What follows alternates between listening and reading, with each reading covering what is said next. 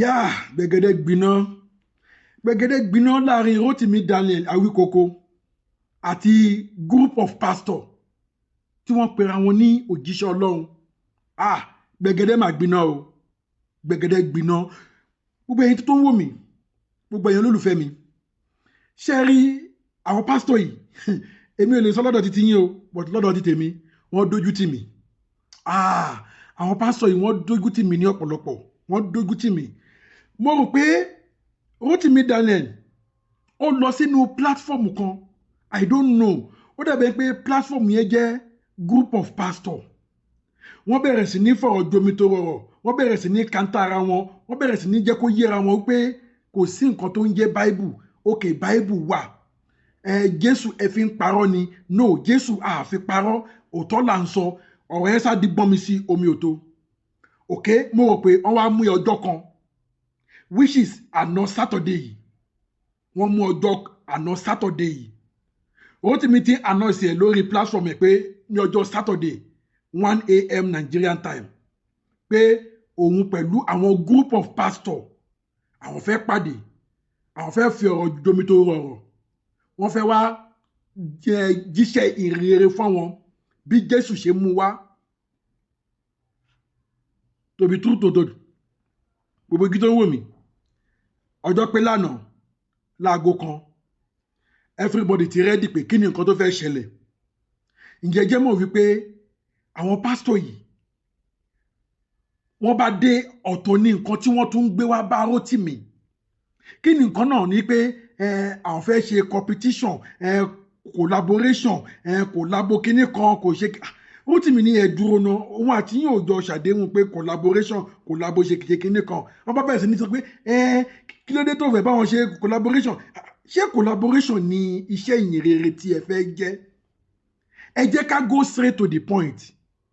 Ẹ jẹ́ ká bẹ̀rẹ̀ iṣẹ́ ní pẹrẹwu. Millions of people, thousands of people wọ́n ti ń wò wá báyìí, wọ́n dẹ̀ ti ń gbọ́ wá báyìí. Ẹ gbé iṣẹ́ ìyìnrere yín tẹ́ fẹ́ fi confuse gbogbo ọmọ Nàìjíríà. Ó yá, ẹ bẹ̀rẹ̀. Àwọn pastor yìí ò máa rí nǹkan kan sọ o. Wọ́n kàn bẹ̀rẹ̀ sí ní sọ káhùn. Ẹyọ kan tó tún wá jàjà dúró nínú wọn. In fact, gbogbo ojú tó ń wò mí kí n má pa irọ́ fún yín, ojú gbà mí tì fún àwọn tó pera wọn ní pastor. Wọ́n ń ṣe ẹyọ kan, wọ́n ń ṣe méjì o, wọ́n ń ṣe mẹ́ta o. Lórí Rotimi kan ṣo, wọn ò dẹ̀ mọ nǹkan tí wọ́n lè sọ. Ẹ gbọ́, ṣé ká wá sọ wípé àwọn pastor yìí wọ́n ń tàn wá jẹ ní tòótọ́ nítorí ẹ má jẹ́ kí n tàn yín. Àná yẹn ni mo ti rò wípé wọ́n máa fi ẹ̀yìn Rotimi balẹ̀. Wọ́n máa defeat Rotimi yányán. Wọ́n máa jẹ́ kó yé pé gbogbo bó ṣe ń sọ wípé kò sí Bible gidi, fake ni Bible yẹn. Àná yẹn ni wọ́n máa jẹ́ kó yé. But fún ìyàlẹ́nu, àwọn pastor yìí disappoint mi. Ọlọ́run ọba ń gbọ́, wọ́n disappoint mi. Ìkànnì wọn tiẹ̀ sọ wípé òun ò gbáradì wá. Ẹ wo bí, kó má dàbí pé bóyá ẹnu mi lẹ ti ń gbọ́. Ẹ wá gbọ́ lẹ́nu wọn fún ara wọn. Àti Rotimi àti kan tí mo sọ pé ó dúró yẹn, ẹ jẹ́ ká gbọ́ nǹkan tí wọ́n tiẹ̀ sọ. Àná yẹn gbẹ̀gẹ́dẹ́ gbiná lánàá yẹn. Ẹ gbọ́. Nípa owó sí nígbà tí mi ń wá sọ́dọ̀ yìí, òye yín, mo sì wá sọ́dọ̀ yín ní few days ago, mi ìbéèrè co-host. Co-host. Tẹ́ ẹ bá mọ̀ pé fẹ́ ṣiṣẹ́ yìí rere lónìí, ẹni bí ẹ lè sọ́dọ̀ apology ti ẹ̀ lẹ́wà. Sọ́dọ̀ apology ti ẹ̀ lẹ́ ọ̀dọ̀ ayẹni ló ti challenge mi tẹ́mi àti ẹ̀dẹ́ fi sọ̀rọ̀ tó dẹ̀ ló ń rẹ́gì láti take up challenge yẹn. Ṣé ti ń gbọ́? Apologist kọ́ ni ẹni tẹ́ dárúkọ yẹn, apologist làwa. So we are different. So ilẹ̀ ló ti orí general platform lèmi àti ẹ ti pàdé tó ti challenge mi. Orí general platform yẹn náà la máa ṣe kíni láti máa sort everything kí gbogbo èèyàn máa wù wá báyìí. Ọmọ ọ̀kẹ́ ìgbéjà wà bá wa ń bí báyìí. Àbí? Ẹ wá ṣàlàyé. Ẹ jà ṣe báyìí. Ṣé lẹ́yìn lẹ wọlé ń sìn tá a bá fẹ́ bẹ̀rẹ̀ program? Ẹ play voice note tẹ bá fẹ́ play. Èmi náà ra ká gbogbo táyé àti ẹjọ́ sọ.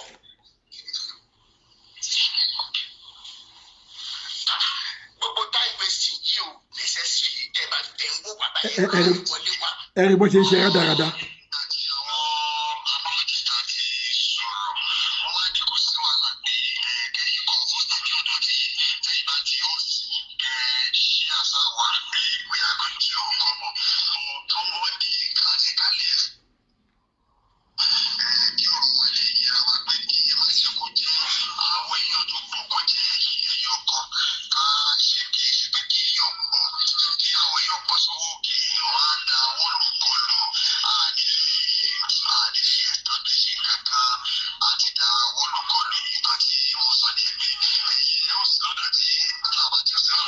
àwa máa ṣe sí àbíyèsí àsáwà àmà wa wọ́n yọ fíùsù rí mi gbogbo fíùsù yìí máa rí mi sọ́dọ̀ yìí gbogbo àwọn engagement gbogbo yìí máa wà ní ọ̀dọ̀ yìí gbogbo àwọn tó fẹ́ wọ̀ ní ọ̀dọ̀ yìí gbogbo wọn máa wà ní ọ̀dọ̀ yìí bọ̀ ikọ̀ tó kọ̀ sílẹ̀ ni pé kó má lọ dáwọ́ lùkọlù ìdáwọ́ lùkọlù bàbá kí ló ń dàwọ́ lùkọlù ẹ máa bọ̀ kí ọkọ̀ kí ló ń dàwọ́ lùkọlù. àwọn èèyàn sókè ṣùgbọ́n when we want to focus on the program we don't want it to be rowdy nǹkan tí àwọn èèyàn wá sọ nìyẹn. náà ìgbà tó dẹ̀ sọ tán ẹ wò nígbà tí wọ́n send kìíní yẹn sí yín tán. this is the screenshot. hello bàbá mi. hello bàbá mi. hello Mr. Jesus, I have a question. Yes, you are right. Kí ni ẹ̀ka nǹkan tí mo sọ délẹ̀ ẹ̀ka gbogbo nǹkan tẹ́mi àti wọ́n jọ chat torí mi ò mọ̀ nípa owó sọ̀rọ̀ host. Okay, máa kà. Yes. Ń waste time wa ni bàbá mi ẹ máa bọ̀ bíbẹ̀ wá authenticate Bible ẹ̀jọ̀ kò sẹ́ni tó máa jẹ́ kó wà ráńkì. Ẹ máa bọ̀ bíbà ṣé bẹ́ẹ̀ mi wá ta yín ni èmi ń gbé liberation mi káàkiri ẹ̀yin náà máa bọ̀ ẹ gbẹ̀yìn rere yẹn wá. Láwùjọ ẹ jẹ́ kí mi náà sọ̀rọ̀. Good afternoon, people. Because I need views, I need engagement, I need anything. But all the times we went to you guys, we did not host meeting. Exactly. We were at Asheo Onit page. We did not host meeting. We were among the people that, in fact, our pastors, we did not host meeting. Are you writing? We don't need engagement. We don't need views. We are not making money here. We are for liberation, so we are not attacking. Not take away time around. But we try to get but you can take it up.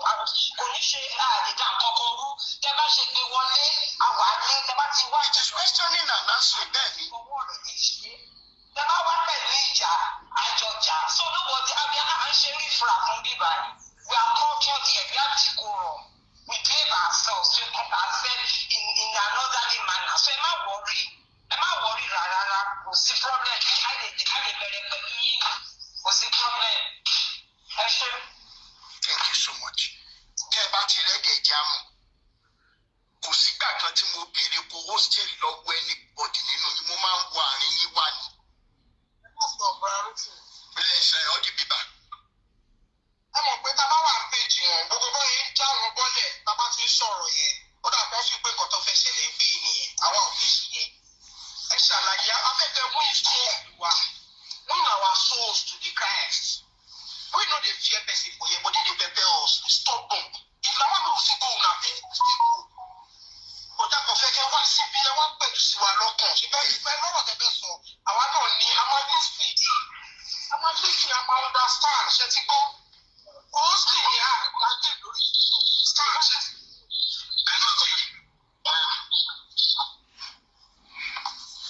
Ṣé ti ṣe tán kí n lè gbá wọn kan wálẹ̀ iye èèyàn mélòó lè fẹ́ gbé wá sókè ẹ̀jẹ̀ ká bẹ̀rẹ̀.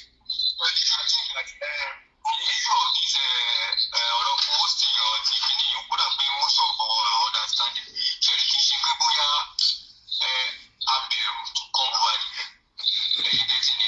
Ẹ bẹ̀rù. Tẹ́ ẹ bá bẹ̀rù kí ló wá ń ṣe yín?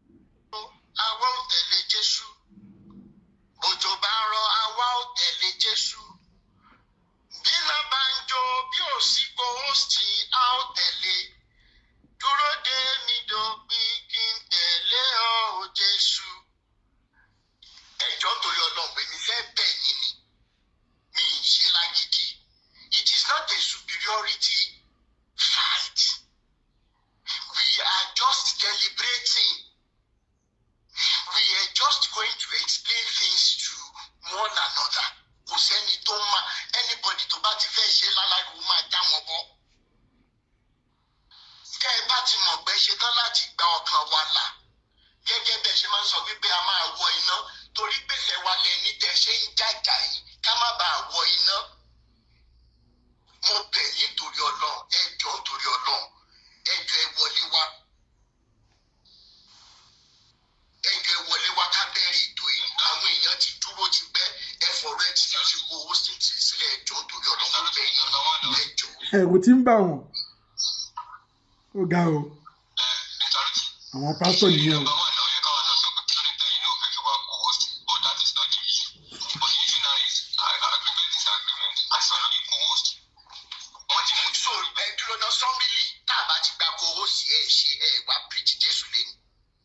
It's a question. Answer.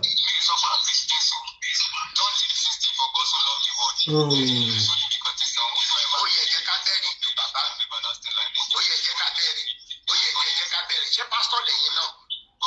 Ṣé pásítọ̀ lẹ́yìn náà sà?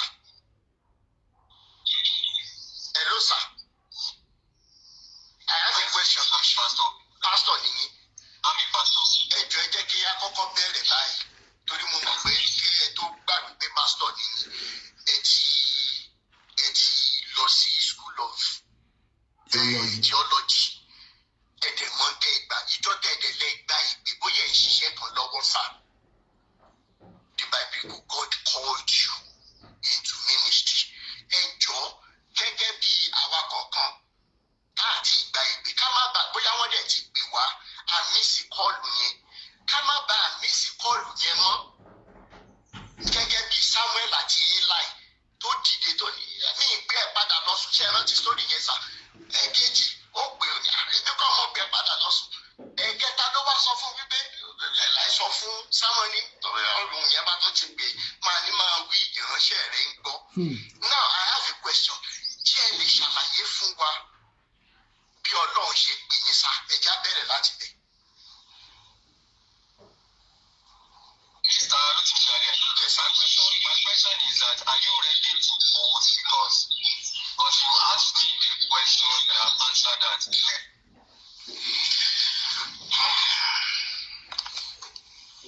I think it's a wasted effort today. I think it's ó yẹ kí n máa sùn lọ́wọ́ báyìí. You can imagine gbogbo ẹ̀yin tẹ̀ ṣe ń lọ sí church because that is the point of argument nsìn. Ṣé ẹ ti rí wípé àwọn bíbá. Why did you insist on co-hosting? Why? Mo tẹ̀ ó tẹ̀ tí lọ. Why did you fẹ́ co-hosting? Ṣé ẹ ti rí? Do you want to collect his platform from him? Ṣé ẹ fẹ́ gba platform lọ́wọ́ ẹ̀ ni? Ó dàbí pé wọ́n ní agenda.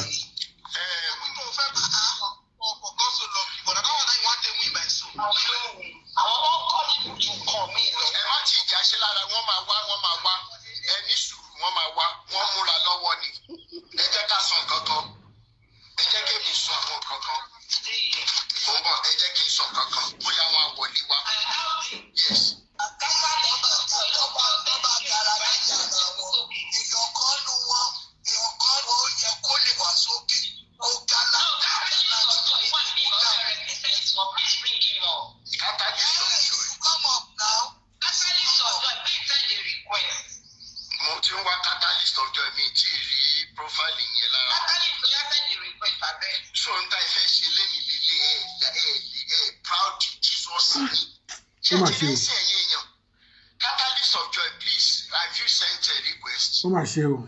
Bàbá gíga lórí péjì báyìí. Oh my God, Catalyst of Joy dà. Mi ì tí ì rí request yìí.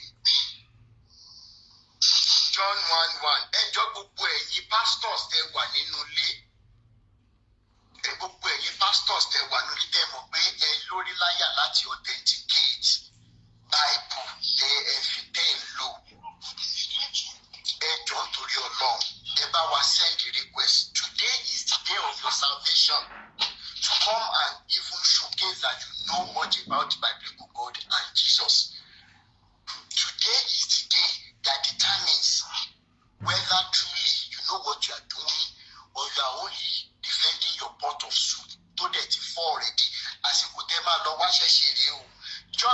1:1 ṣe fẹ́ authenticate Bible ní sà. John 1:1. Yes, sir. You are dealing with more intelligent people. Okay. Nobody answer your question here. Rotimi, to back hostage, looks anything. I want you want fear hearing. Just fear. Just to be fear. It's just too simple. Okay, which case of fun? I'll bet you dialogue in fear hearing. And don't have say the page hearing. One really any I have a question. The page hearing. Maybe quality. What the buy for one-on-one or block it. Why to block it baby code? I don't get baby code. Now. Ta ló ń jẹ́ baby code tí bá ti block ẹni yẹn tẹ́lẹ̀ ẹni sùúrù. John 1:1. John 1:1. You see that Mosamuel ní sùúrù. Mosamuel. Wait. Mo ń bọ̀ ẹ jẹ́ kó sọ̀rọ̀ tán. Mosamuel ní sùúrù. Ẹni sùúrù. John 1:1 ṣé mo lè jẹ́ sáré sọ kankan ọ́ di bíbẹ̀ ẹni sùúrù. Ẹni sùúrù. Ẹ jẹ́ kí n dá lóhùn bírábẹ̀lẹ̀ ní sùúrù ẹ̀jọ̀.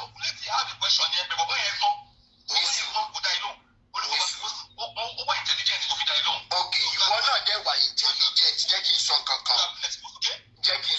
kan má ti lọ. Ó sọ wípé mo block èèyàn. The thing is, I got pastors who have blocked me or not, even if at all. The answer is yes. I got people I have blocked, even ní sùúrù jẹ́ sọ̀rọ̀. Ní sùúrù jẹ́ sọ̀rọ̀. Confront àwọn tó mọ̀ nípa Bíbélì, apologetics, confront wọn tó bá tó bẹ̀. Òun náà là ń sọ sí ẹ, ṣé bí wọ́n mọ̀ nípa ẹ̀? Kí ni rídì tí gbogbo oníṣẹ́ wá ń fi kó sìn láti fi sá fún dìbẹ́tì? Àwọn ayẹyẹ àwọn bàbá àwọn èdè bọ́tẹ́ wọn bá wọn sọ̀rọ̀. No people like you tí wọ́n kéré sí ẹ̀rọ ẹ̀gbà ìsọ̀rọ̀ ní èjì. Àwọn nú ẹ̀rọ ẹ̀gbà ìsọ̀rọ̀ wọn náà wọn. Torí wípé wọ̀gùn lẹ́kùn rárá. Why do you come baby code tó bá ṣe káwọ̀ jù? Ká ní baby code, àbáyé baby code àti wọ́gẹ́ fẹ́ bàjẹ́ mọ́ títí lẹ̀ ní. Ká ní baby code. Àjọ dàgbà nínú Kristi. Àwọn bàbá yẹn ti lọ bí ìgbà kan lọ́wọ́. Ó náà mo sọ, jẹ́ kí baby code lo another profile torí mi ìwà profile ẹ̀ ló ń sìn.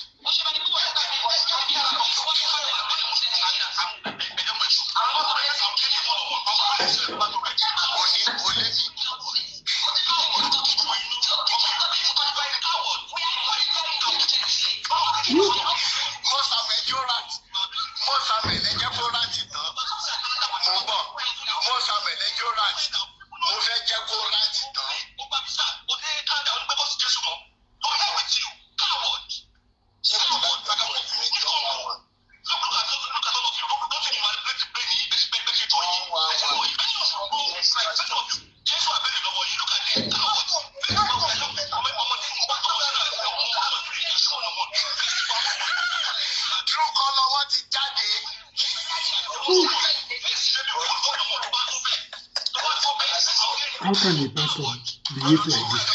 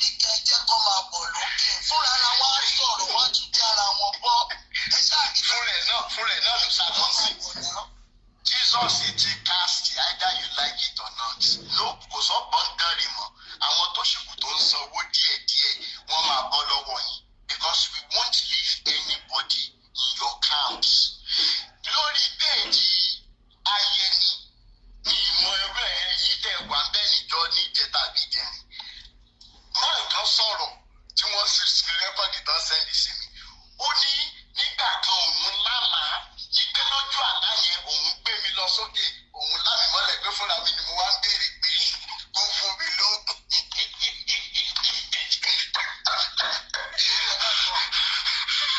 Covenant of God ṣe fẹ́ authenticate Bible ní àwa líle ni.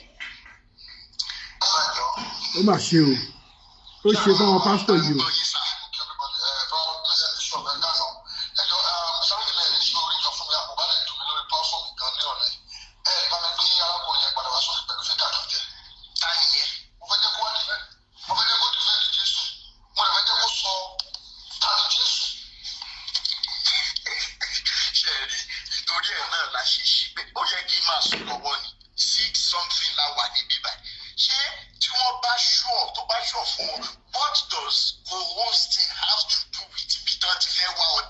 I wonder. Gbogbo yín wá ń ṣe ẹ wá ń ṣe ẹ wá ń ṣe rádaràda ẹ wá sí bíbá àwa dẹ́ ń wá sí ọ̀dọ̀ yín à ń wá gbami yín wá lóbi today àbèrè kó hostel.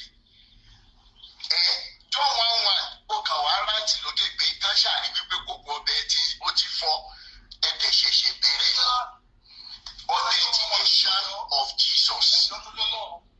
Ẹ padà wá sókè ní ọ̀sẹ̀ kan jẹ́ kí wọ́n ní ìfẹ́ jẹ́ wọn wá sókè. Fúnra ẹ̀ náà ló drop ara ẹ̀, èmi kọ́ ni mo drop ẹ̀, bó ṣe sọ̀rọ̀ tán náà ló drop, ṣùgbọ́n tó bá lórí láyà tó mọ̀ wípé òun tó gbangba sùn lọ yẹ, please send request again. Whosoever wants to authenticate the Bible today, please send your request. John 1:1 mo nígbàgbọ́ pé ẹ̀ kì í ṣe ọmọ àlè ọmọ ọkọ ní ẹ̀jẹ̀ ọmọ ọ̀bọ̀ lókè. Ẹ jẹ́ kí n try kankan. Ṣé ẹ ti rí ọmọ àlè ní wá sókè o? Now ó sọ àwọn nǹkan kan. Ṣe ọdún yìí pé báwa ṣe ọdún yìí nìkan lẹ̀ ní wá sókè o. Tẹ́ bá ti mọ̀ bẹ́ẹ̀ pípẹ́ ìṣòro láyọ̀ àti àlàáfíà. Bí òkú yín ló máa fi ti December, òun lẹ̀ ní wá sókè o. RDD bíṣọ̀pù méjèèjì wọn ò ní sọ̀rọ̀. Èmi ní pẹ́sẹ̀ mẹ́ta tí mo fẹ́ bèèrè lọ́wọ́. Ẹ jẹ́ kí n clear yín gangan tó sọ. Now, ní ìgbà tí mò ń kọ exams, mo máa sọ bí mo ṣe jẹ́ ọ̀rọ̀ tí mo fẹ́ sọ yìí. Ẹni tó bá mọ online dynamics ní gbogbo house nìbàdàn ní gbogbo ọdún náà lọ, èmi á sọ gbangba àwọn náà ṣe processing visa. Now, a ṣe èrè yìí wá sìn, ó ní wípé ìgbà tí mo dá Amẹ́ríkà tán ni mo wá sọ wípé kò sí Jésù. Náà gbogbo ẹ̀yin tí wọ́n ń brainwash káàkiri ẹ jẹ́ ká jọ wò báyìí. Do Nigerians still think that tó bá jẹ́ pé àdúrà ń gbà, ibi tẹ́ ti máa rí pé tí wọ́n ti ta ní Nàìjíríà lélẹ́yìí o, kí àwọn Christian Association máa believe wípé àdúrà ló ń jẹ́ kéèyàn gba visa. One, then two, wípé tó bá yẹ pé àdúrà ń gbà, a máa share testimony lórí bá gba visa lọ sí ìlú tí wọ́n ti ń direct everything. John 1:1. Pé o tiẹ̀, it is a slap on my intelligence that I ever even brought you up at all to talk. Jésù yìí kọ́ ló bá mi gbé ìgbésẹ̀ visa, mo mọṣẹ́ tí mo ṣe tí mo fi raise owó tí mo fi gba visa. Jésù yìí kọ́ ló bá mi kọ exam. As a matter of fact, as at the time I was writing the exams, I was preparing for my traveling whatever. I was not even going to church. Dàda lára mo torí mo ti bọ́ǹgà yẹn lọ́wọ́ Adébóyè. Náà tó fẹ́ sọ fún mi pé Ọlọ́run Adébóyè náà ló ń ṣiṣẹ́ tí mo ń ṣe ń sìn tí mo fi ń rí ìgbéga. I have stopped going to church when I found out pé gbogbo redeem tó wà ní Calgary gbà yẹn they were franchises. Ẹnu Pastor Bọ́lá ló ti jáde. And anybody tó bá wà ní Canada ní gbogbo ọdún yẹn 2014-2015, Pastor Túbọ̀sún, Pastor Kọ́lá, another Kagituwa, wọn kì í bára wọn ṣe rárá. So that an intelligent person tó fẹ́ ṣe irú debate authentication by first and foremost ó ti kọ́kọ́ sọ wípé Jésù gba visa fún mi, mo wá dá abroad, mo wá ní pé kò sí Jésù mọ́. John 1:1. Kálárọ̀ bá ní kó rọ ẹ̀ ọ̀sán ò ní sàn ẹ́, ó ní jiná fáwọn òbí ẹ̀jẹ̀. Bẹ́ẹ̀ ni gbogbo tó ń dùn lé ayé ẹ̀ ti bẹ̀rẹ̀ sí ní parẹ́. Lẹ́yìn olórí burúkú aláyébàjẹ́, gbogbo ẹ̀yin tẹ́ bá wà lọ́ndà àwọn CAC setup àti biblical setup, mo bẹ̀ yín lẹ́nu.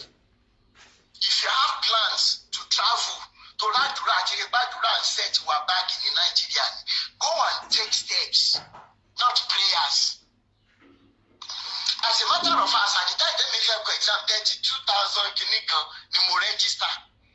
Wọ́n dẹ̀ fún mi ní kọ́pì IELTS exam. Ṣé Jésù ló bá mi ka IELTS exam?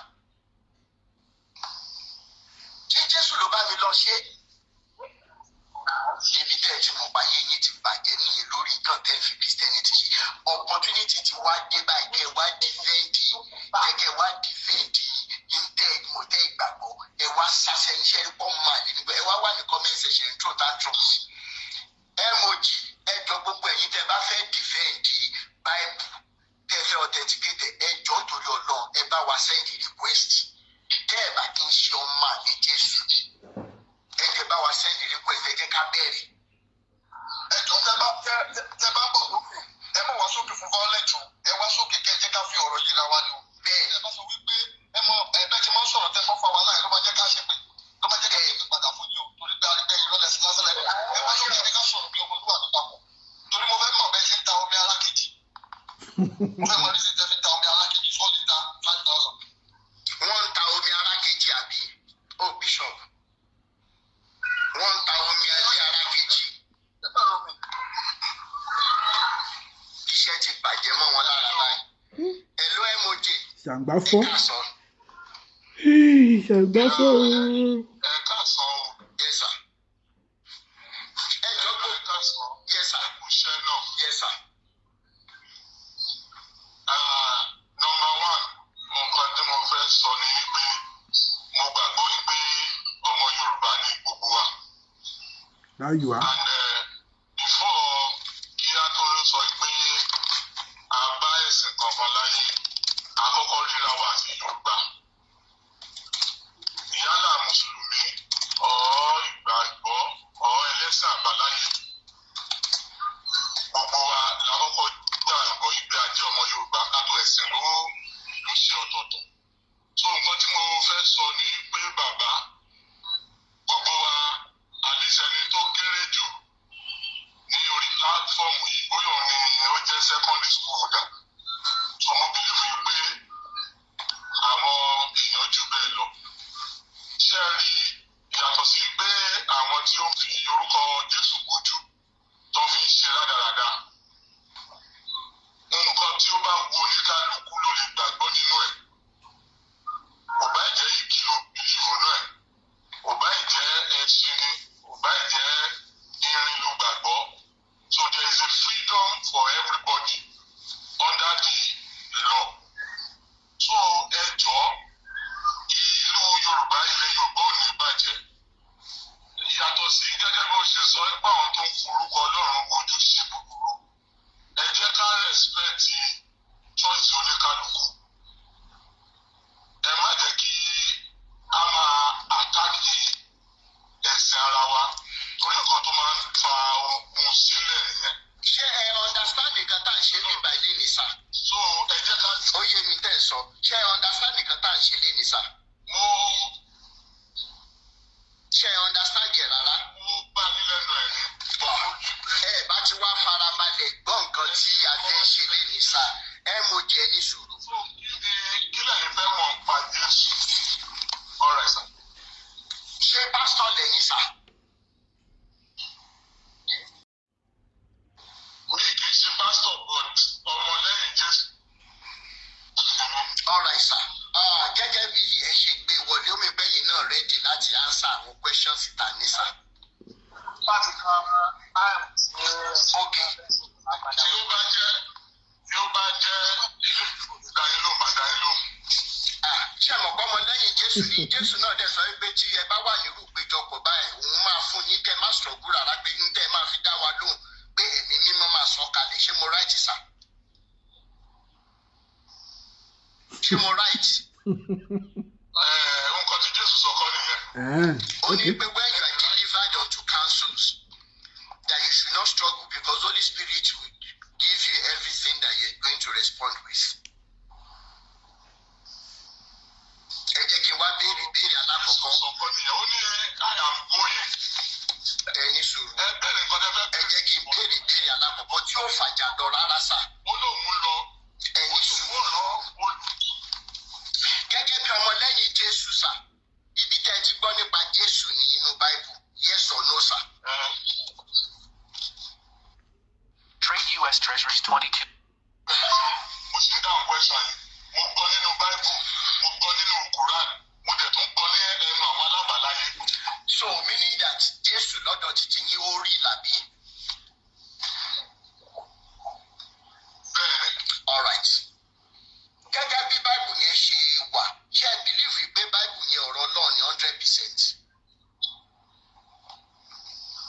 Ṣé ẹ rí bẹ́ẹ̀ ni Bible jẹ́ ọ̀rọ̀ Ọlọ́run tí ó ní ìpele.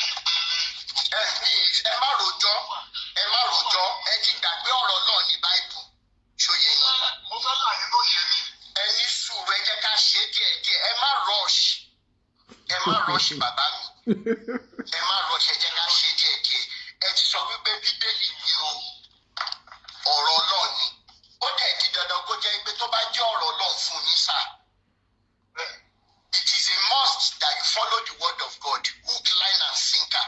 Am I right, sir?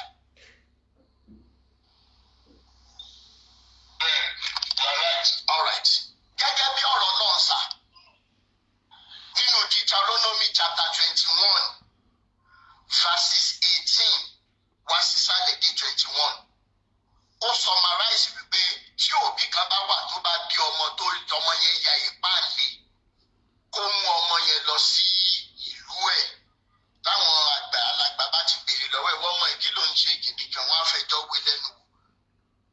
Ọ̀rọ̀ Ọlọ́run yín sọ wípé kí wọ́n mú ọmọ yẹn kí wọ́n fà lé àwọn jíjìpá lọ́wọ́ ní ẹnu bodè ìlú yẹn, kí wọ́n dẹ̀lẹ̀ kúta mọ́ ọmọ yẹn tọmọ yẹn á fi kú. Simple put àṣẹ lè ṣe tó bá jẹ́ yín ní òbí yẹn. Ṣé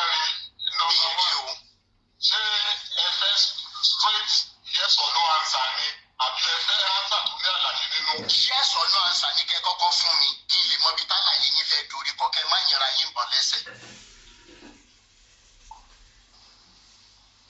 Torí ọ̀rọ̀ náà ni o, inú Bíbélì ni mo ti kà o. Ẹni sọ̀rọ̀ bàbá wà ní ìjọ tí wọ́n bá sọ ka ẹ̀sùn síyàn lẹ́sẹ̀, wọ́n ní sọ jẹ̀bi pẹ̀lú ìjẹ̀bi, alóhùn jẹ̀bi pẹ̀lú àlàyé, mo jàre pẹ̀lú àlàyé. Kì í ṣe ilé ẹjọ́ lẹ wà ẹ fẹ́ preach fún wa, ẹ fẹ́ authenticate Bible fún wa ní sà. Wípé ọ̀rọ̀ Ọlọ́run ṣé ẹ lè ṣe àbẹ́ ẹ lè ṣe? Ilé ẹjọ́ kọ́ ni mo wà, mo sọ fún ẹ jáde àlàyé kò lè ṣe. Ẹ wá kọ́kọ́ sọ fún mi ṣé ẹ lè ṣe àbí ẹ lè ṣe kẹ́ tó ṣàlàyé.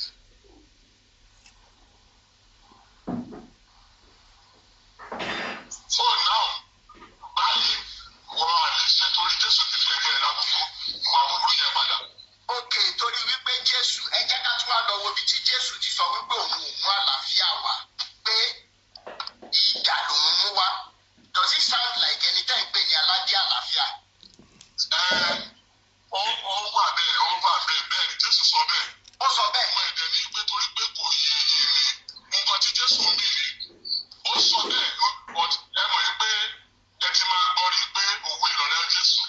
Ó sọ direct. Ẹ ṣàlàyé fún yín tẹ́ ẹ bá fẹ́ gbọ́, màá ṣàlàyé ẹ̀ fún yín. So ẹ̀yin ti ní ẹ̀ lè ṣe, ṣùgbọ́n owó tí àwọn pásítọ̀ ń gbà nínú tithe, ẹni sùúrù bàbá mi, ẹni sùúrù. Àwọn kan sọ ní comment section wípé inú Old Testament ló wà, which I put it to you today. If the biblical God knows the end of a thing from the beginning, bá a ṣe máa ń sọ nígbà táwa náà jẹ́ ẹrú, ṣòye yín, then kí ló dé tí New Testament wà in place of Old Testament, sir? If the biblical God knows the end of a thing from the beginning, kí ló dé tó fún wọn ní Old Testament ibi tán ti ń pa ẹran, tán ti ń pa eléyìí, tán ti ń pa tọ̀hún, tó wá jẹ́ wípé ní New Testament ló tún ṣẹ̀wá gbé nǹkan mi dìde? Ẹ jẹ́ bá wa ṣàlàyé ẹ̀ sà. Ṣé ẹ jẹ́ lọ́kọ́ lọ níbi question yìí yẹn? Lóòótọ́ ni Jésù sọ ní pé òun mú idà wá sí ayé gẹ́gẹ́ bẹ́ẹ̀ ṣe sọ yẹn. Ìtumọ̀ ẹ̀dẹ̀ nìyí. Nínú ìwé òfin ìyẹn eléyìí tí a mọ̀ sí Pentateuch láti Genesis, Exodus, àwọn Leviticus, Deuteronomy and Number.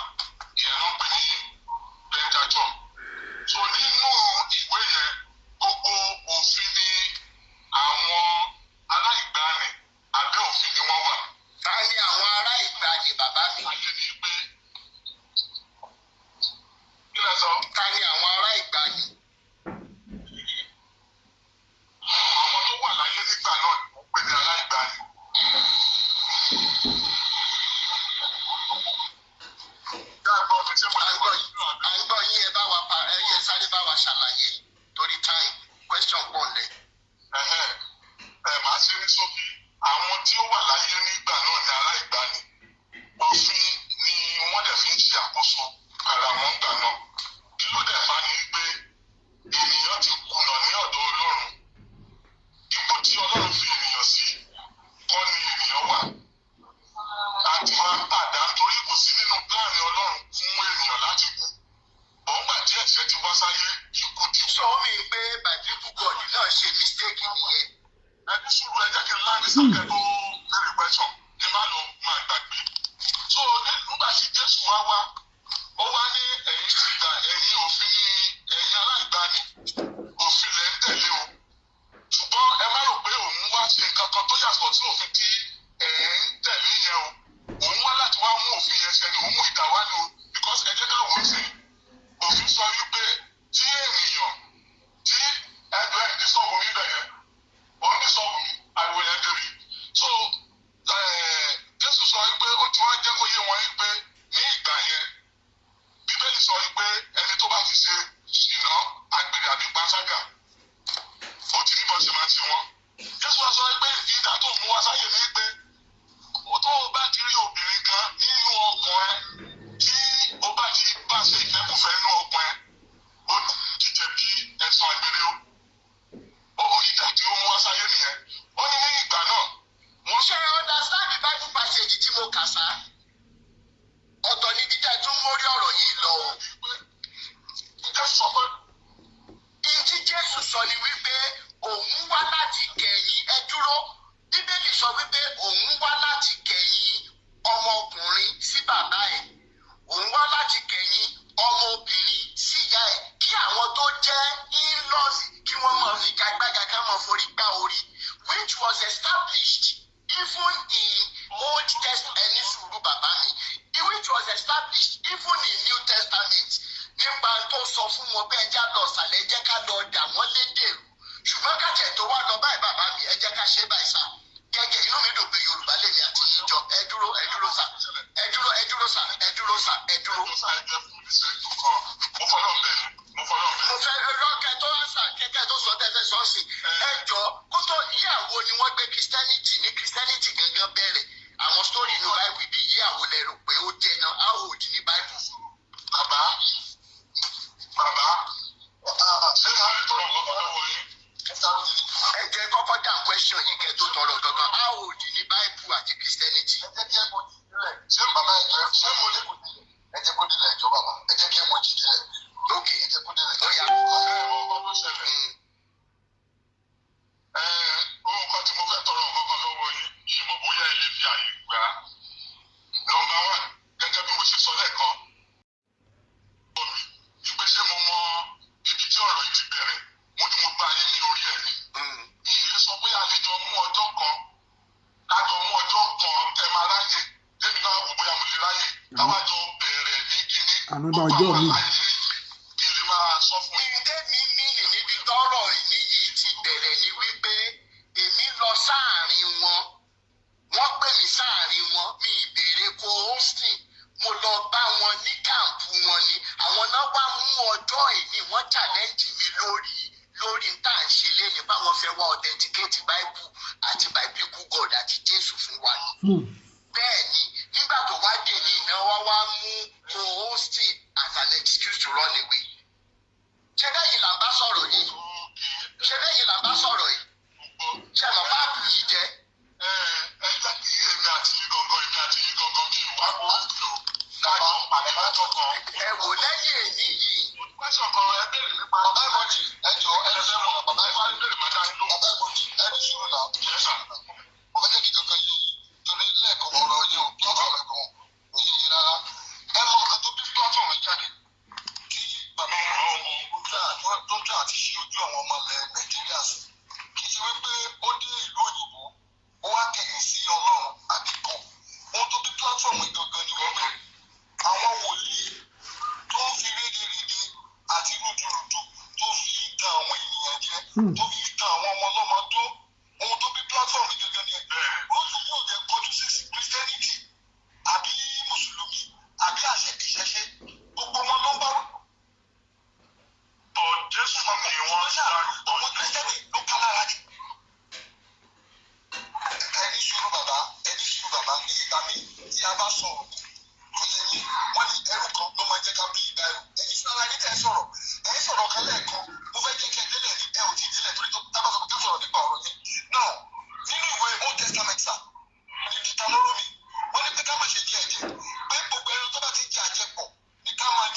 lè wá fi wọ́n lè fún mi ní New Testament níbi tí Jésù sọ pé ó yá àti lè máa jẹ ẹran ìjẹjẹ gbogbo nǹkan tí Ọlọ́run sọ pé ká má jẹ tó pàṣẹ fún Mósè pé ó yá ká má jẹ ni ó yá bẹ́ẹ̀ ni wọ́n fi ìdí ẹ̀ múlẹ̀ fún mi tí Jésù sọ pé ó yá ẹ ò gbọ́n tó yá ẹ máa jẹ gbogbo ẹ̀ ló yí padà. ó ti dídì jẹ báyìí. wà láti yí òfin Ọlọ́run padà ó yá sà mo fẹ́ kẹ́ bá mi sọ̀rọ̀ ẹ kò sẹ́ni tó máa interrupt you for 5 minutes. ẹ bá wa la ibẹ̀ yẹn. ẹ ṣe mo dúpẹ́ so kí n tó lọ sórí question yín ẹ jẹ́ kọ́kọ́ sọ̀rọ̀ kan lóòótọ́ wọ́n ní ẹrú kan ló mú ní bu ìgbẹ́ ẹrú ní ayé Jésù kan ní àwọn wòlíì èké kan ti wà tọ́dẹ̀ wà nígbà Jésù tí Jésù ti ó tó wá wọ́n nu àwa Kristẹni pé ẹ má gbọ́ sí wọn lẹ́nu àwọn kan wá lórúkọ mi wọ́n á ṣe bá wọn ṣàwò báyìí irọ́ náà pa fún yín oníjọ́ kẹyìn ó máa sọ pé òun ọmọ yìí rí o kúrò lọ́dọ̀ mi ìwọ oníṣẹ́ ẹ̀ṣẹ̀ so ìyẹn àlè dispute yẹn so lórí question yín number 1 mo sọ nípa àwọn old ìwà àwọn èrò ayé ìgbani nígbà yẹn tí májẹ̀mú láyéláyé tí ò bá ní àbàwọ́n kò ní sí nǹkan tá à ń pè ní májẹ̀mú tuntun so gbogbo ohun tí ó ṣẹlẹ̀ ní gbogbo ìgbà májẹ̀mú láyéláyé yẹn ni Jésù ti wá ló ti wá sọ fún wa pé òun ò pa òfin Ọlọ́run rẹ o èyí tí ó fún Mósè o ṣùgbọ́n òun wá mú àwọn òfin náà ṣẹ ni ṣùgbọ́n ní ìgbà tí àwọn nǹkan kan ṣẹlẹ̀ nínú Old Testament nínú New Testament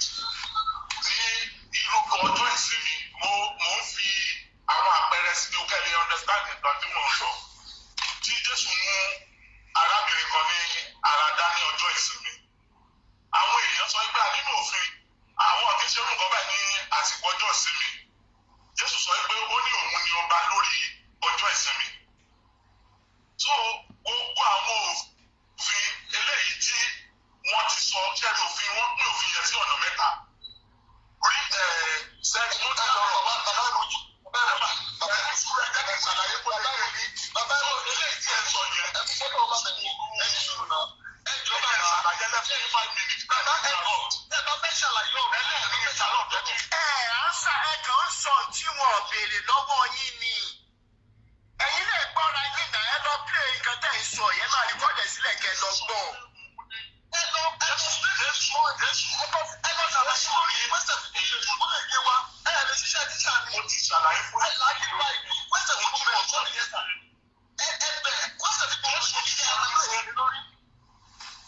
Ó dáa, mo ti gbọ́ yín. Jésù ti jẹ́ sọ fún wa yín pé òun ní ọba, òun ní ìmúṣẹ òfin. So ó dẹ̀ ti mú orí ọ̀fẹ́ àti ìgbàlà wáyé nípa ẹ̀jẹ̀ rẹ̀ tó fi ṣe tuntun fún wa. So eléyìí tí wọ́n sọ pé ká má jẹ eléyìí kó má jẹ eléyìí. Jésù ti ju gbogbo ẹ̀ lọ. Ok, so inú mi dùn fún ansa kẹ́kẹ́. Ṣé wàá mi wí pé ìgbà tí wọ́n kọ́kọ́ gbé òfin yẹn sílẹ̀ wọn ò mọ nǹkan tó ń ṣe nígbà tó mọ̀ pé Jésù máa wá override. Ṣé bàbí kú gbọ́dọ̀ mọ nǹkan tó ń ṣe ń gbà yẹn? Ṣó ṣe mistake ni? Nǹkan tí wọ́n ṣe pé wọ́n ṣe mistake. Kí wá ló dé? Kí ló ṣẹlẹ̀ sá? Mo lè dáhùn question yín. Bẹ́ẹ̀ni díẹ̀ ẹ dúró ẹ má wulẹ̀ ansa títí tèmi Bishop Andrew ẹ béèrè question yín lọ́wọ́ wọn kan tó lọ. Sọ̀rọ̀ àwọn question tá à ń béèrè wọn tí ì dáhùn. Ẹ ṣé gan. Thank you God for giving me the opportunity. Bàbá, inú mi dùn pé ẹ mọ̀ ń pa Jésù. Mo fẹ́ sàwọn àpẹẹrẹ yìí. Dáadáa kọ́ ìwọ̀nba tí mo ń pọ̀. Mi ìlú mọ̀ báyìí Bishop. Mo ṣe Bishop yìí àbí fake account náà tí inú ẹ̀ ti gbẹ̀ sọ̀rọ̀. Oh God. Mo bẹ̀rẹ̀ question yìí lérò fàjà. Kò sí nǹkan tó kàn yín pẹ̀lú yẹn. Question ni mo fẹ́ béèrè. Ó kàn mí. Ẹjọ́ ẹ jẹ́ kí n béèrè question mi. Ó ní mo fẹ́ béèrè wọ́n ní ó sì ní kí n béèrè question. Ẹ má jẹ́ kí n sọ̀rọ̀ ẹ̀ sí ta question kù. Olúkọ tó wà bí mo lè jẹ́ kò sí nǹkan tó kàn yẹn jọ.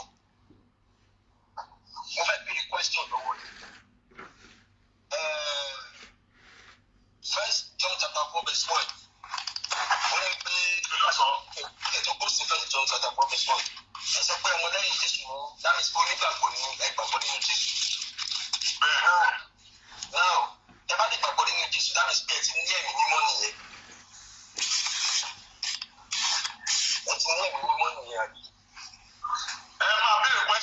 má béèrè ẹ béèrè question. ẹ̀yin lẹ́yìn dá mo ṣe bẹ́ẹ̀ lẹ́kọ̀ọ́ ni mo ṣe tún pọ̀ sí mi bí ẹ máa dáhùn. ṣé òkè ṣe ní ẹ̀mí mímọ́ lè ṣe ìwà ìbẹ́ mọ̀. ẹ béèrè question yìí bàbá. question náà ni mo béèrè yìí ṣe ní ẹ̀mí mímọ́ bẹ́ẹ̀ ṣe wà yìí mo fẹ́ mọ̀. mo ní ẹ̀mí mímọ́. Now, 1 John chapter 4 verse 1 sọ fún wa wípé we should test 1 John chapter 4 verse 1 says test us to know which is of God. Exactly. Now, èmi wá fẹ́ gbé wa lọ sí nǹkan tí Jésù tún sọ nínú the book of Mark chapter 16 from verse 17 to 18. Màá paraphrase. Only these are the signs that will follow those that believe. These are the signs that will follow those that believe. Only in this day. Ọ̀rọ̀ Jésù náà yẹn o, Jésù sọ pé only they will cast out demons, number one. They will have the power to pick up snakes. Even if they trample upon snakes, they nobody see what it won't do them any harm. And they will drink poison, and nothing will happen to them. They won't let it say, no, go back and hear this because what Jésù ní pé these are the signs that will follow. Ṣé ẹ bá rí alákọ̀ọ́jà lè ṣe lè jẹ́ lè mú kí ni lè bí pé ẹlẹ́gbẹ̀ẹ́ mímọ́? Ṣé ẹ lè mú sniper ìkókó àdúgbò méjì? Tí màá ti rí pé kókó ṣe yí, ìmọ̀ àgbàgbọ́ pẹ̀lú ẹ̀mí mímọ́ tí ẹ lè ṣe. Torí Jésù sọ pé bàbá Jerry ẹ jẹ́ kí n sọ kọ́kọ́ fún yín. Jerry ara ni ẹ̀yin lò. Jerry kì í ṣe àwọn kọ̀ọ̀kan wà ẹni sùúrù àwọn ọ̀rọ̀ kan wà tí Jésù sọ. If you follow the Bible with the context ọ̀rọ̀ gbogbo nǹkan tẹ̀ ń sọ yìí kọ́ ni Jésù mi. Kò ń ṣe bó ní ká lọ mú gan mọ́. Kò ń ṣe bó ní ká lọ dùn mọ́lẹ̀. Àwọn ọ̀rọ̀ tó ń sọ ẹni tó ṣe ní àwọn ọ̀rọ̀ ìgbọ́lẹ̀ bíbí. Ó ní ká dún ẹ̀mí wò ká mọ̀ bẹ́ẹ̀ ni ó sọ pé ká tẹ̀sí spirit. Ó sọ bẹ́ẹ̀ kan kò sọ pé kí á lọ mú gan mọ́lẹ̀. Ó sọ ẹni tó bá ṣe bẹ́ẹ̀ ọ̀rọ̀ tí ìyẹn ni máa ṣe máa ṣe mo bọ̀. Ó sọ bẹ́ẹ̀ bàbá. ó dà ẹ jẹ́ ká ṣe báyìí. Mo ń bọ̀ emoji ní sùúrù. Emoji ẹ ti sọ wípé. No, ẹ ti sọ wípé kì í ṣe ẹ dúró dá gbogbo ilé ìta tí ẹ ṣe ń sọ yìí. Bàbá mi ẹ jọ̀ọ́ torí Ọlọ́run. How old ni history Bible? How old ni ilẹ̀ Áfíríkà? Tẹ́ bá mọ history, ìgbà wo ni ọ̀rọ̀ history Bible bẹ̀ ṣẹlẹ̀? Ṣáwọn kan ti ń gbé láyé kí Adam àti Eve tó wá or not, sir?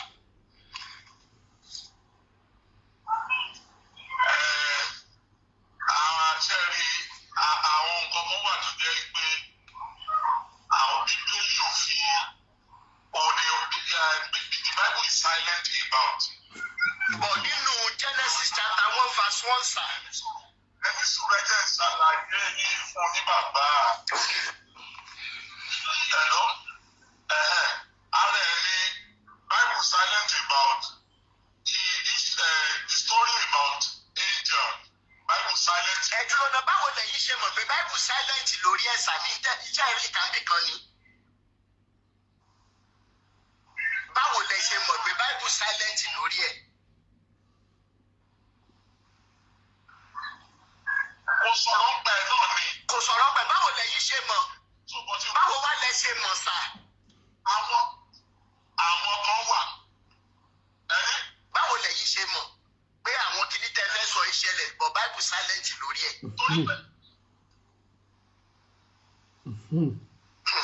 Bá a ṣe mọ̀ ní pé. Nice question. Kò sí ìwé tó fi àkọsílẹ̀ tàríkà.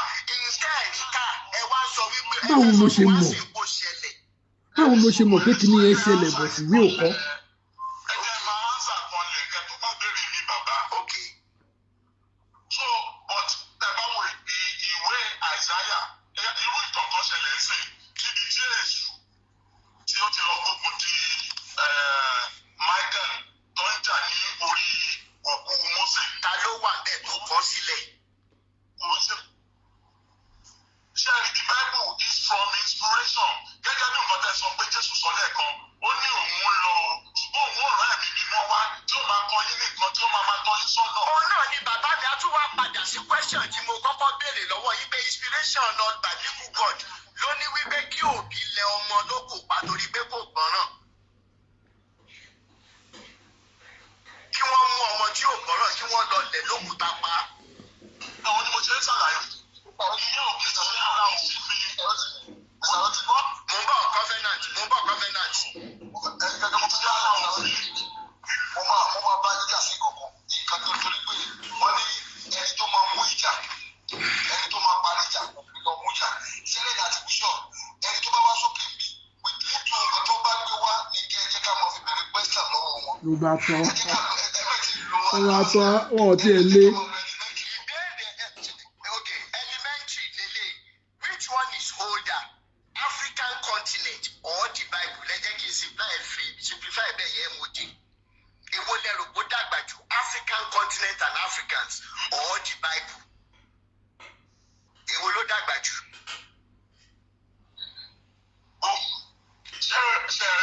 Without, I want to use general knowledge, not biblical knowledge now. Okay. Jerry, we see the same age in gbogbo wọn.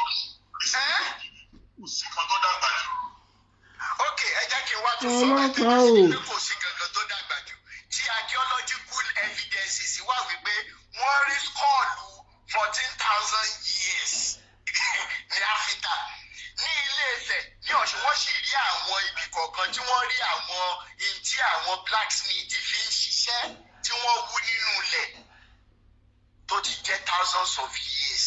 Number three sir, tí wọ́n bá sọ wípé hydrocarbon ẹ̀dúró tí wọ́n bá sọ wípé crude oil ibo lẹ́mọ̀ tí crude oil ti wá sá. Mi ò mọ ibi tó ti wá. Màá ṣàlàyé ẹ̀ fún yín kẹ́ ẹ lè understand better. Crude oil wá láti ẹni sùúrù as a decomposition of wọ́n pè ní fossil fuels, decomposition of organic matter like human beings, animals and plants. Tí wọ́n bá ti wá wà washed under the sea for many years as a result of temperature and some other things sir, for millions of years nǹkan tó di hydrocarbon nìyẹn tá à ń pè ní crude oil. Ìtorí ẹ̀ ló jẹ́ pé téèyàn bá kú tó bá ti tó ìgbà kan á bẹ̀rẹ̀ sí ní rùn. Ìtorí ẹ̀ ní crude oil ṣe máa ń ní òórùn tó níyẹn. Now tó bá rí bẹ́ẹ̀ from evidences kí ló dé tí Bible bẹ̀rẹ̀ láti 2000 years ago?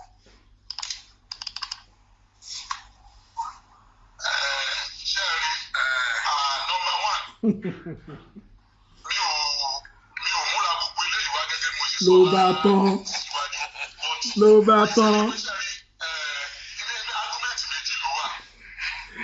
Pastor ò rẹ́dì. Argument and scientific argument. Ṣé ẹ gbọ́? Àwọn scientists wọ́n ní ayé ti wà ní billions of years ago. But why is it that wọ́n lè sọ story bí ayé ṣe wà? Wọ́n ní we come up or we came to be. Adẹ́jẹ́ ṣe sọ̀rọ̀ sí ẹ̀jẹ̀ jẹ́ kí n rántí Abíọ́lá, MKO Abíọ́lá. Ẹ jẹ́ kí n sáré sọ̀rọ̀ mi ní pẹ́ lórí ọ̀rọ̀. So, argument méjì ló wà. So, the biblical argument which is historically ó ní ẹnìkan mi ìrántí orúkọ ẹni yẹn sí because mi prepare gbogbo ilé ìwà. So, ó ní ẹni yẹn tó sọ story yẹn ayé bó ṣe wà. So, àwọn Kìrìsìtẹ́nì dàgbà wípé story yẹn ló right because ó kó nǹkan tí Bíbélì sọ pé máa ṣẹlẹ̀ láti ta ẹni yẹn náà ó ṣẹ̀ṣẹ̀ máa ṣẹlẹ̀ sí. Bí àwọn wo ló ṣẹlẹ̀ sà? Pẹ̀dúró bàbá mi, bí àwọn kí ni Bíbélì ló máa ṣẹlẹ̀ nírú àsìkò tó ṣẹ̀ ń ṣẹlẹ̀. Ẹ̀jẹ̀ sáré sọ eléyìí. Olóhùn kan. Ó ti ṣẹlẹ̀ báyìí bẹ́ẹ̀ ni. Báyìí sọ wípé àwọn wòlíì èké máa dìde sà, àbí? Ó ní pé ní kẹyọjọ́ àwọn wòlíì èké máa dìde kí n má bàgbà lásìkò. Ṣé ẹ rántí sítórì Àhítófẹ́lì nínú Báíbù? Ṣé ẹ rántí sítórì Àhítófẹ́lì? Bẹ́ẹ̀ ni Old Testament. Ní Old Testament, ṣé ìgbà wa ló ṣẹlẹ̀ àbí nígbà yẹn? Dájú wa wọ́n ti scam yẹn mọ́jà waste time. Ẹ lè defend ta ní lọ́wọ́. Ẹ̀mí yóò gbé nǹkan tó àbẹ̀. sọ wípé ẹ pìpíà wá ẹ lọ pìpíà kẹjẹ ká chat ẹ lè answer question kankan tá a béèrè lọ́wọ́ ẹ bá mi chat ṣé ẹ mọ̀ pé mi ń ṣiṣẹ́ mi ò kì í ṣe pásítọ̀. ọ̀rọ̀ kékeré kan wà tàbí bí wọ́n Mr. Emoji ẹjọ́ ká tó fún yín ní ọjọ́ Mr. Emoji ká tó fún yín ní ọjọ́ ṣé ní ìbéèrè kékeré tẹ́ bá ti gbà á fún yín ní ọjọ́ á rí wípé lóòótọ́ ẹ kò kò fẹ́ẹ́ dì ẹjọ́ sà mo máa rí wípé ẹ kì í fẹ́ sọ̀rọ̀ nípa Old Testament ẹ máa sọ wípé Old Testament lọ kí ló wà fà tó jẹ́ wípé ọ̀rọ̀ nípa ìdámẹ́wàá yẹn tó wà nínú Old Testament yẹn tẹ̀ ṣe lò.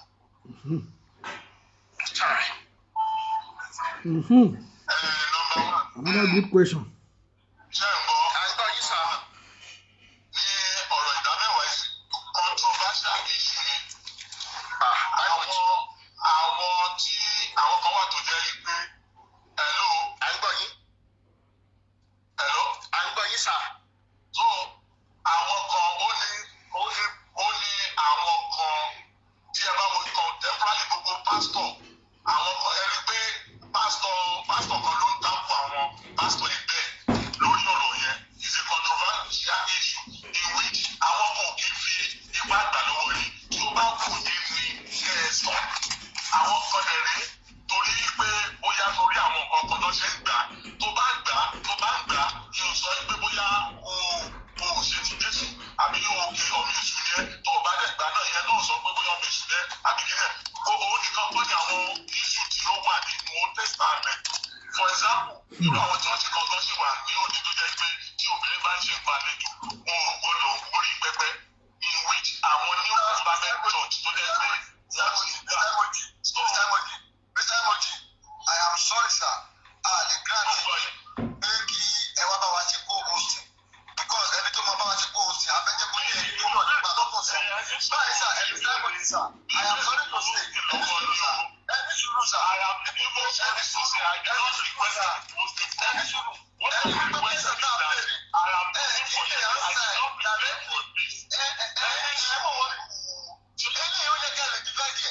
torí múlò Jésù tẹ́ sọ ìgbà gbogbo nǹkan tó sọ nínú New Testament ní ẹ̀ẹ́dẹ́. wípé kẹ́ ẹ tó gbàdúrà kẹ́ ẹ má ṣe ṣe bí alájàmàgbébì ó ní kẹ́ ẹ wọnú yàrá yín kẹ́ ẹ wọlé kẹ́ ẹ sì gbàdúrà sí bàbá yín ti bẹ ní ìkọ̀kọ̀ ó lè dá nínú òun àgbà ṣùgbọ́n já ẹ̀yin lẹ́ máa sọ pé Jésù wà bí ẹ̀yin lẹ́ sọ pé ẹ tí òkú wòlíì yín ló mọ̀ sọ wípé ẹ̀yin pastors ẹ̀yin akíndánidání kóòdù Ọlọ́run bá ẹ sọ̀rọ̀. Covenant of God iṣẹ́ ti já. Bàbá ẹ má jẹ́ ká máa bú ara wa. Number one, mo sọ fún yín lẹ́ẹ̀kan tẹ́ bá máa ń tẹ̀lé ìtàn ọ̀rọ̀ history. Mo sọ fún yín mo ní mi ò gbáradì wá yíyanjú ni wá gbà yìí. Ẹ wá gbà mí níyànjú lórí ọ̀rọ̀ tẹ́ ẹ̀ ní wisdom lé lórí sà.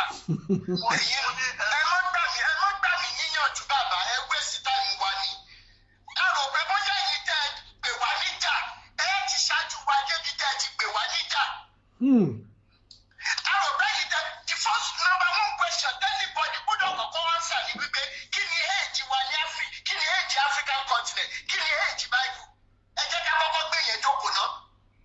Because tábà ti lè gbé yẹn jókòó la ṣẹ̀ máa wá mọ̀ pé ókè o ní the beginning was the word ibi òkè Adam and Eve. Wọ́n wá ní Adam kú ní age of so at what age ni wọ́n bẹ̀rẹ̀ sí ní calculate age Abraham when he was molded by biblical God. Ìran ti ṣe West Africa and I will say this. The average capacity of human brain ǹjẹ́ mọ̀ ṣá. I was once in what they call it. You will not understand this. I was once in the railway sector. Mo wo system tí wọ́n fi build the braking system locomotives ẹ̀rọ ọlọ́run bá mi. And if we don't explain all of these things, àwọn wèrè ẹ̀ṣẹ̀ rádaràda tí ó kàwé most especially ní CAC sector yìí torí owó làwọn bàbá yẹn bá dì. Ẹ wo àwọn tí àwọn redeem and co náà ń kó jáde every day at an alarming rate. The capacity of the brain is like 1 terabyte.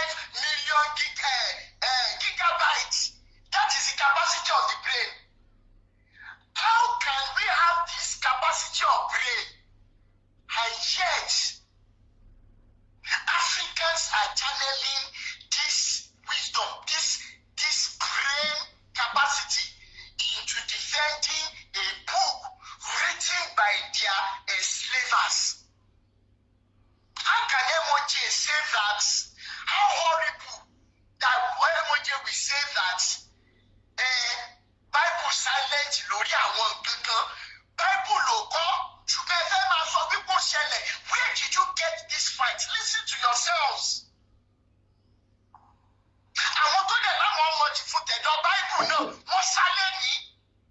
Do you know what we are doing to our children? With the capacity of grace tó tí wọ́n ní Africa most especially. How? That the braking system of a locomotive, I'm talking about freight train now. Tẹ́bárí tí train bá kọjá, if you have an opportunity, ẹ jẹ́ ká kọ́kọ́ bẹ̀rẹ̀ láti bẹ̀.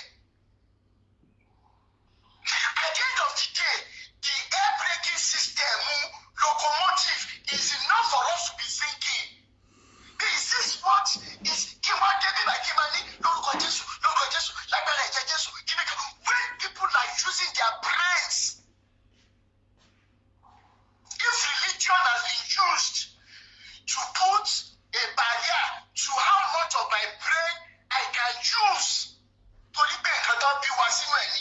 will say that I will never be alive and not speak for our children in Africa. I will not be, my being alive is useless if I don't speak up for them. What about in your own parastatals, in your own sectors? Any doctors, jáde wá bá wa sọ̀rọ̀ now. Ẹ̀yin engineers, jáde wá bá wa sọ̀rọ̀. Kí àwọn pastors mọ nǹkan tí wọ́n ń ṣe fún wa ní Áfíríkà. Enough is enough, ẹjọ́ torí Ọlọ́run. The capacity of the brain is in fact that's the number one resource in Africa. That this book is making to remain dormant.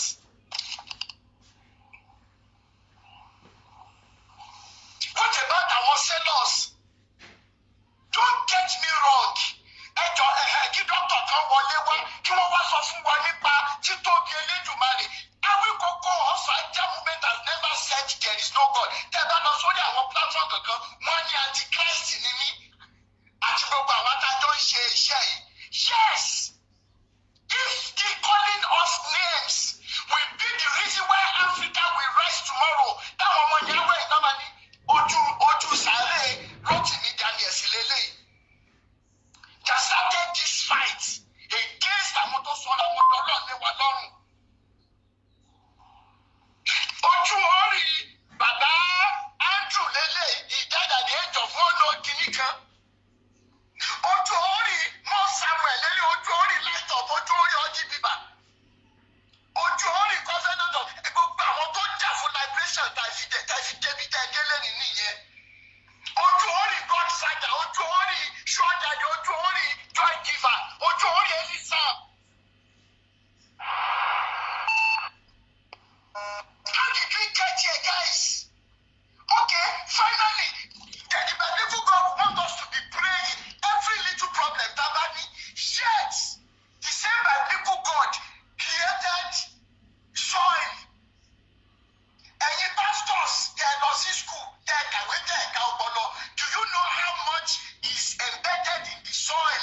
So much that the Kinaman skin, only skinny seed, to Omima Jako soften. Poverty was softened, then it will begin to germinate, plumul and everything. You will see the shoot system, you will see the root system. How can the same biblical God who wants us to be praying put that in the soil for us to go and plant? For us to go and utilize this brain. And that is why there is no pastor on planet Earth, which is the reason why I accepted this challenge in the first place. Wọ́n dárúkọ máa kan mo ní gbogbo cháàtì yẹn. Wọ́n láwọn ló ń bọ̀, ó láìkí kò jẹ́ kan nu wọn ló máa wá bá.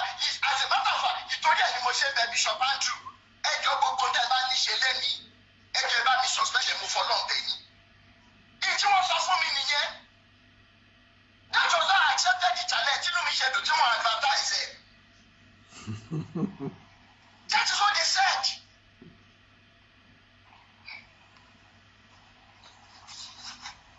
Àtẹ̀yìn àti kòwòsì àti Jésù yíyan àti Bible God yíyan ẹ̀ ní wá mú.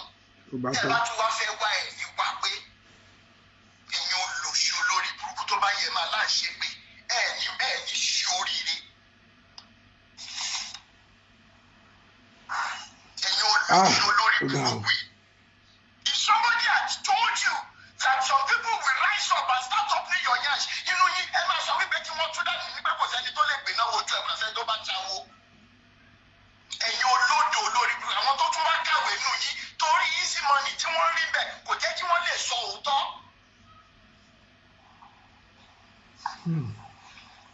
How many times can you read that? I mean, that is all that people are going back home, and I will never use my page to advertise Ìṣẹ̀ṣe.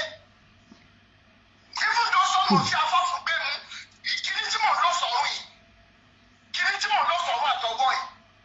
Mo máa fi rìsíìtì tí mo fi rà ní Ẹ̀mínà Castle ní January yìí, mo máa fi hàn yín, mo dìde lọ́bẹ̀ ni. Wọ́n ti rò pé oògùn ni.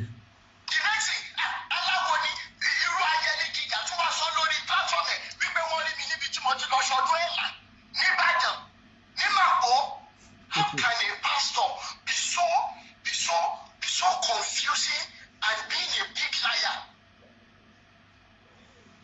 They are you good for nothing entities. All of a sudden, Topeto ex-convict, OTD, pastor Thompson, the same person, get to sit Takuro in no church.